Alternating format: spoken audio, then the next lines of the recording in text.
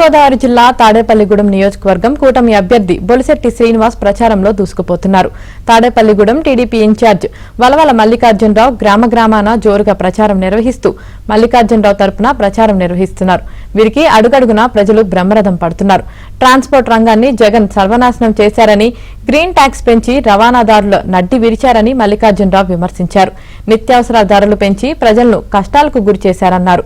నీతికి అవినీతికి మధ్య జరుగుతున్న ఈ యుద్ధంలో తన మిత్రుడు ఎమ్మెల్యే అభ్యర్థి బొలిశెట్టి శ్రీనివాసును, ఎంపీ అభ్యర్థి భూపతిరాజు శ్రీనివాస్ వర్మను అత్యధిక మెజార్టీతో గెలిపించాలని వలవల మల్లికార్జునరావు పిలుపునిచ్చారు.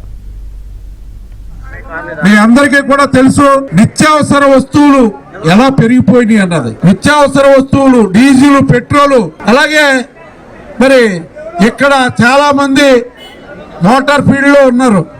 వాళ్ళందరూ గుర్తు చేసుకోండి.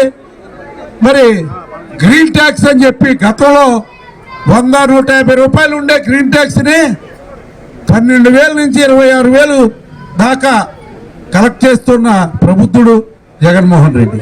అంతేకాకుండా 70 రూపాయలు ఉన్న క్వార్టర్ బాటిల్ ని 200 నుంచి 250 రూపాయలు కలెక్ట్ చేసి క్వాలిటీ అయిన మద్యం ఇవ్వకోకుండా అది అతి దారుణమైన మద్యాన్ని విక్రయిస్తున్న పరిస్థితి జగన్మోహన్ రెడ్డి గారి చరిత్ర.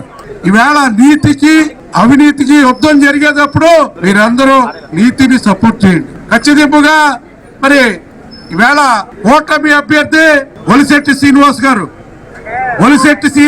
గుర్తు గాజు గ్లాసు గుర్తు మీద మరి పింక్ కలర్ పేపర్ ఉంటది. ఆ పింక్ కలర్ పేపర్ లో 5వ నెంబర్ ఉంటది.